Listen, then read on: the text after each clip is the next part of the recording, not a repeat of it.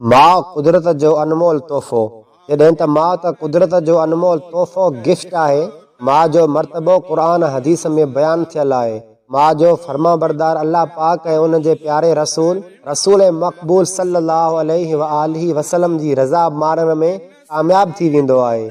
जेकॾहिं सॼी ज़िंदगी बि माउ जी ख़िदमत कई वञे तॾहिं बि माउ जे अहसाननि जो बदिलो लाहे नथो सघिजे, छो त अमर ई उहा हस्ती आहे जेका पंहिंजे खून जिगर सां औलाद खे निपाईंदी आहे ऐं अमर ई उहा हस्ती आहे जेका पंहिंजी औलाद जे आराम जे ख़ातिर पंहिंजो चैन सुकून क़ुर्बान कंदी आहे। अमर ई उहा हस्ती आहे जेका पाण त गर्मी बर्दाश्त कंदी आहे पर औलाद खे उन तकलीफ़ सां बचाइण जी कोशिश कंदी आहे। अमर ई उहा हस्ती आहे जेका औलाद जे ख़ातिर सियारे जूं थधियूं ऐं वॾियूं रातियूं जागी गुज़ारींदी आहे। अमर ई उहा हस्ती आहे जेका पंहिंजूं ख़्वाहिशूं क़ुर्बान करे औलाद जे ख़्वाहिशनि खे पूरो करण जी पूरी कोशिश